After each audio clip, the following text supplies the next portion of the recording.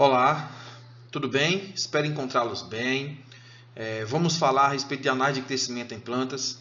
É um importante conteúdo, um conteúdo que te leva a ter uma noção das análises que nós devemos fazer em algumas espécies, quando estão em condições de análise de experimento. Então, esse tipo de análise de crescimento em plantas pode ser aplicado a experimentos de plantas sob déficit hídrico, sob salinidade, sob deficiência de nutrientes ou doses de nutrientes. Pode ser aplicado também em experimentos em que esteja aplicando dose de herbicida, alguns herbicidas como os herbicidas inibidores da protoporfirinogênio oxidase, que inibe a síntese de clorofila, e aí pode fazer análise de crescimento também. Pode fazer análise de crescimento em experimentos de espécies vegetais que estejam envolvidas, por exemplo, com diferentes tratamentos de doenças ou de pragas. Então, de forma que é muito interessante e muito importante você aprender a respeito de análise de crescimento, porque tem uma ampla utilidade. Então, gente, a análise de crescimento ela é importante porque ela nos dá a noção do crescimento da planta. Então, eu vou mostrar aqui algumas variáveis bem simples, que é comum de nós fazermos em laboratórios mais simples, laboratórios que não têm grande sofisticação. E é óbvio que em laboratórios sofisticados também pode fazer essas análises. No entanto, tem possibilidade de fazer muitas outras, e aí nós não vamos adentrar nesse momento aqui, porque eu estou botando numa condição mais ou menos de Pamieri, numa condição que nós temos aqui em Pamieri, em que podemos analisar. Então, de qualquer maneira, eu estou aí mostrando para vocês pelo menos 8 variáveis, né? E algumas outras mais a gente pode fazer, pelo menos 8, mas vou passar de 10, né? Vamos lá. Então, a primeira variável que a gente pode fazer é a altura de planta. A altura de planta é uma das variáveis que compõe o crescimento, pode nos dar uma noção do crescimento, né? Uma vez que a gente estiver analisando o experimento de competição, as plantas que atingem maior altura são plantas que geralmente têm acesso primeiro à luz. Então, tem uma importância muito grande, tem um significado muito grande nesse tipo de experimento e em outros experimentos também. Então, a altura de planta nos dá uma noção do crescimento, não é o crescimento em si. Só analisar a altura não quer dizer que a planta cresceu mais, tá? Mas a altura em si nos dá uma ideia a respeito do crescimento. Tá? O diâmetro do caule, então a altura de planta junto com o diâmetro do caule já nos dá uma ideia mais profunda do crescimento. Né? Já nos dá uma ideia mais profunda da sustentação da planta, já nos dá uma ideia mais profunda em termos de alcançar a luz em termos de reservas, né? A planta tem mais diâmetro, tem mais altura, é uma planta que consegue já ter um certo tampão hídrico, né, ali do caule para as folhas, então já nos dá uma noção melhor, e geralmente o diâmetro do caule a gente mensura com o paquímetro, tá? O número de folhas, aí nós associamos as três, já altura, diâmetro e número de folhas, já nos dá uma noção bem mais profunda do crescimento, porque o número de folhas ele depende de muitas coisas. Dentre as coisas, dos fatores que iniciam as folhas. Quais são os fatores que iniciam as folhas? Os fatores que iniciam as folhas são temperatura, água, hormônio, auxina. Então, note que ter mais folha pode ser de extrema importância em termos de fotossíntese, em termos de crescimento, e esse número de folhas pode justificar maior altura e maior diâmetro. Além do número de folhas, o número de ramos, né? Algumas espécies, por exemplo, os frutos são produzidos nos ramos. Então, quanto maior o número de ramos, maior o número de frutos. Então, por exemplo, essa espécie aqui, Jatropha curcas, a produtividade é diretamente proporcional ao número de ramos. Então, é extremamente interessante termos uma noção também do número de ramos. Diâmetro de copa. O diâmetro de copa nos dá uma ideia, né? De toda a massa foliar, de toda a folhagem envolvida na produtividade e no crescimento das plantas. Além disso, o diâmetro de copa nos dá uma ideia, né, de quão sombreada está essa copa, nos dá uma ideia, por exemplo, da arquitetura da planta. Então, o diâmetro de copa, a gente pode mensurar ele com uma trena, em que uma pessoa segura em um lado, outra pessoa segura no outro. Ou então pode ser aquelas trenas que já estão naquelas réguas de 2 metros, ou de 1,5 metro, de 1 metro. E aí, a depender do tipo de planta, uma pessoa só pode fazer, porque a pessoa segura a régua ali e já consegue visualizar o diâmetro de copa. A área foliar. Nós podemos analisar a área foliar. Tem várias formas de analisar a área foliar. A gente pode analisar a área foliar por uma equação, simplesmente mensurando comprimento e largura da folha. A gente pode analisar diretamente por meio de um aparelho. Isso é um dos aparelhos que nós temos aqui em Palmeiras. A gente consegue analisar a área foliar por ele. Coloca as folhas, passa o aparelho como um scanner. Ele visualiza, ele faz a leitura e ali no visor já dá o valor da área foliar total. Tá? A área foliar é extremamente importante porque é na folha que a maior parte da fotossíntese ocorre, né? Então a folha é que tem um aparato fotossintético mais robusto, mais capaz. Então quando a gente associa número de folhas com área foliar, a gente tem uma noção da capacidade da planta de realizar a fotossíntese. Comprimento de raízes, então a gente utiliza régua para avaliar o comprimento de raízes. Até agora a gente tinha falado muito de parte aérea, agora nós estamos falando de sistema radicular. A análise de raiz é uma análise um tanto quanto complicada, né? É um tanto quanto complicado analisar a raiz. A análise de raiz são análises mais sofisticadas, em que muitas vezes ocorrem perdas e deve-se evitar essas perdas. Quando a gente analisa o comprimento da raiz, a gente está analisando a raiz principal. Então, com isso, a perda é praticamente inexistente. Por quê? Porque a gente consegue visualizar claramente se a raiz principal está danificada ou não. Então, a gente arranca a planta, a gente consegue arrancar ela com cuidado e aí consegue analisar a raiz principal. Se o experimento for invaso, não precisa nem arrancar, né? Você vai tirando o solo com cuidado que a raiz principal fica totalmente sem danos. A biomassa, né?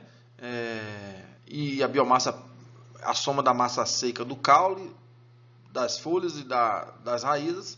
Então a gente separa, né? Pecílio vai junto com caule porque é tecido de sustentação. Então a gente separa folhas de caule e raiz. E aí a gente pode analisar a massa fresca ou pode analisar a massa seca. A massa seca é o mais interessante porque a massa seca a gente não tem a questão da água, né? Porque imagine quando você arranca a planta, ela já está perdendo água. Quando você analisa a massa fresca, já não é aquela massa fresca que estava lá naturalmente. Já ocorreu uma perda de água nesse transporte seu. E o seu transporte é diferente do meu e é diferente do de outra pessoa. Então, à medida que demora mais para pesar, perde mais água. No entanto, a massa seca já é constante, né? A massa seca já é mais um dado mais confiável. Então, quando a gente analisa essa massa seca da folha, do caule e da raiz, a gente tem uma noção clara de quanto que a planta investiu em cada órgão. E a gente consegue calcular a massa seca da folha, a massa seca do caule e a massa seca da raiz. E aí a gente consegue calcular as razões posteriormente disso aí. A biomassa é a variável mais importante com relação ao crescimento. Ela por si só já dá uma ideia do crescimento, já define o crescimento. A altura isoladamente não, o diâmetro isoladamente não, o diâmetro de copa isoladamente não. Agora a biomassa da planta sim.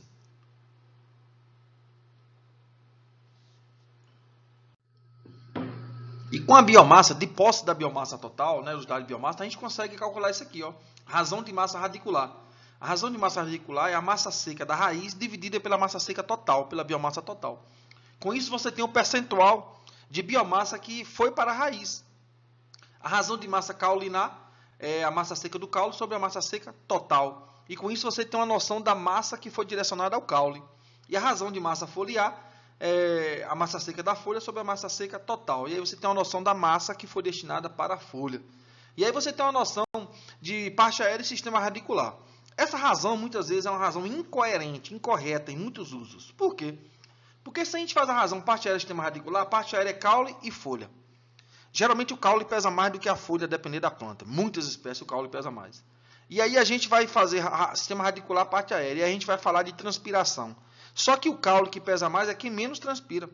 E a raiz que pesa mais é a que menos absorve. A raiz que mais absorve são as raízes mais finas, né, de menor calibre. Então note que essa razão muitas vezes é inadequada. No entanto, quando a gente faz razão de massa radicular, razão de massa caulinar e razão de massa foliar, a gente tem a noção de quanto foi para cada órgão. Então, a comparação é muito mais decente, muito mais coerente, muito mais precisa do que a razão parte aérea sistema radicular. Pigmentos fotossintéticos, né? E nós analisamos clorofilas e carotenoides, né? Observe que a gente tira um disco foliar com aquele equipamento ali, a gente consegue tirar um disco foliar, ó, fura aqui, tira um disco foliar. Tirando esse disco foliar, a gente pega esse disco, ele coloca dentro do recipiente contendo dimetil, ó, pega esse disco aqui, ó, esse disco coloca dentro desse recipiente, ó. Esse recipiente contém o dimetil sulfóxido, ó, que é esse reagente aqui. Então coloca dentro do recipiente, deixa aí por 24 horas, 48 horas, até descolorir todo o disco verde fica transparente. A gente pode fazer isso, ou pode levar para o banho-maria, e aí no banho-maria são poucas horas, aí em torno de 4 horas, a gente consegue levar isso aqui para o banho-maria, levando para o banho-maria, ó, a água aí em torno de 65 graus, e aí a gente consegue extrair mais rapidamente, em torno de 4 horas já extrair, o disco fica transparente e o líquido, o dimetil sulfóxido, fica verde. Aí a gente leva para o espectrofotômetro e lê no espectrofotômetro. Aqui você observa que dá para ver na figura que o líquido está verde. A gente pega esse líquido, coloca na cubeta, estava aqui dentro, coloca na cubeta. Jogando esse líquido na cubeta, a gente pega e traz aqui para o espectrofotômetro. No espectrofotômetro, a gente faz a leitura a 480, 649 e 665 nanômetros. É a absorvância. E com isso, a gente consegue fazer o cálculo. Aqui está a equação proposta por Albor, em 1994, para clorofila A, clorofila B e carotenoides. E aí, seguindo a equação, a gente calcula e aí obtém essa planilha aqui, ó, clorofila A, clorofila B e carotenoides. Você pode ver aqui que as absorvâncias que nós fizemos lá no espectro estão aqui. E aqui já estão aqui os valores de clorofila, já de pigmentos. Então, é extremamente interessante e a gente consegue obter isso aqui em Pameri. Tá? Teor relativo de água, a gente consegue fazer o teor relativo de água. Arranca aí da planta por meio desse, né, faz essa coleta por meio de 10 discos foliares, por meio desse equipamento aqui, ó, de cobre. A gente faz esses 10 discos foliares, tira rapidamente, já tira os discos próximo da balança, né? Se for no campo, a gente tem que bolar uma estratégia para não perder água. E aí faz essa massa, esse peso fresco, aí tem um primeiro peso que é o fresco. Alcançando esse peso fresco, a gente segue, pega esses discos e coloca em água. Então faz a imersão em água. E aí deixa por 24 horas. Algumas espécies, nós fizemos um teste aqui em Pameri. Em algumas espécies, 4 horas de imersão e 24 horas dá o mesmo resultado. Então, a depender da espécie, pode antecipar isso para 4 horas só. E aí já seguir para as leituras seguintes.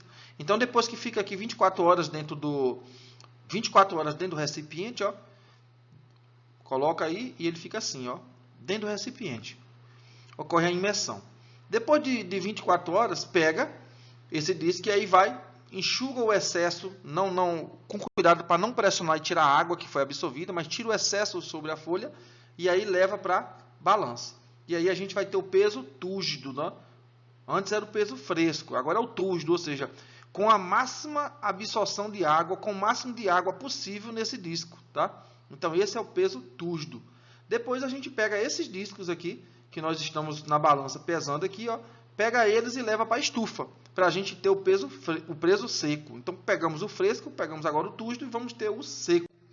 Então, os discos vão para a estufa, coloca num saco de pipoca, vai para a estufa, fica lá na estufa por 72 horas a 70 graus, e aí esses discos vão apresentar massa seca constante, e quando apresentar massa seca constante, a gente pega e leva para balança novamente. Aí tem o peso seco. Então, nós obtivemos 3 pesos, o seco, o túrgido e o fresco. E aí a gente vai para a equação. A equação do teor relativo de água. O teor relativo de água é o percentual de água que tem na folha. É a massa fresca menos a massa seca, dividido pela massa túrgida menos a massa seca. Isso vezes 100. Então, vai dar um valor percentual, 80%, 70%, 50%.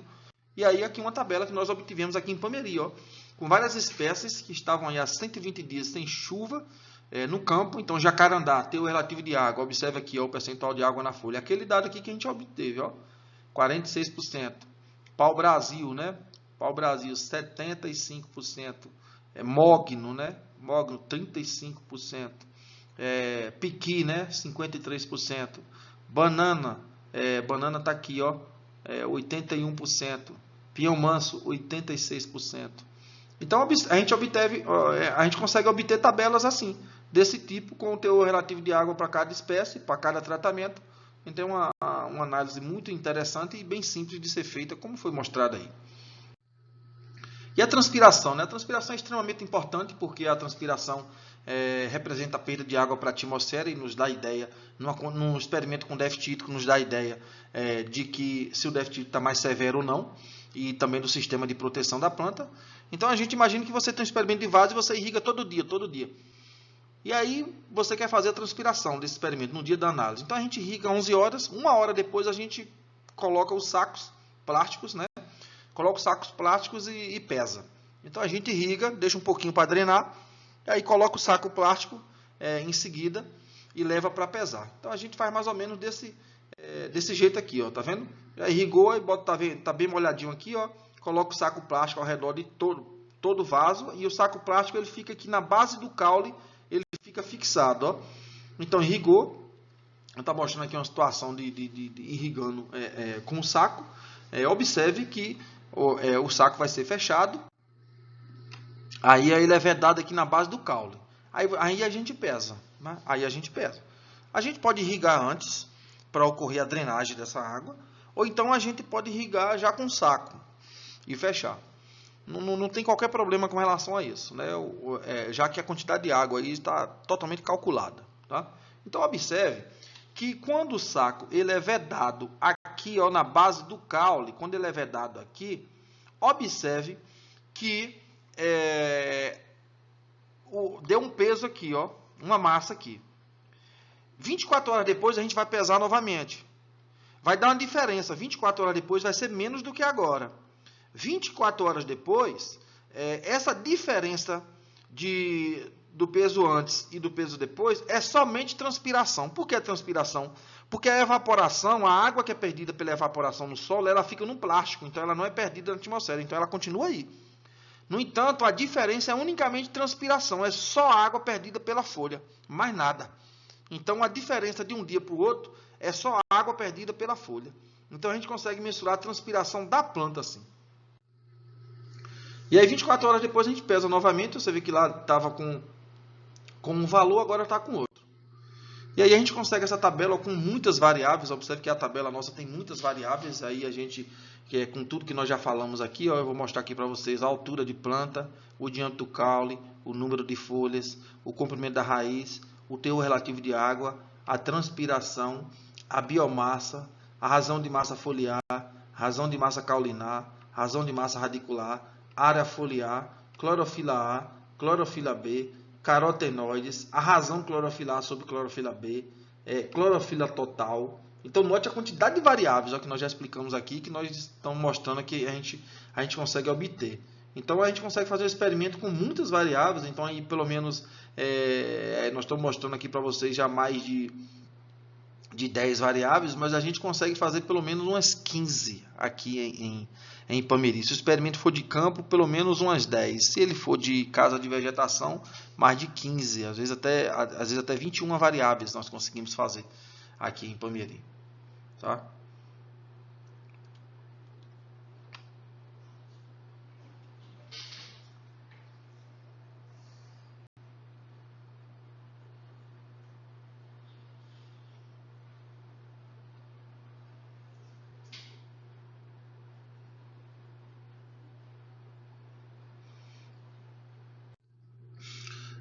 Aí a gente faz a análise estatística dos dados, né? Leva para um programa estatístico. Aqui eles estão mostrando o Sysvar, mas a gente usa outros programas também.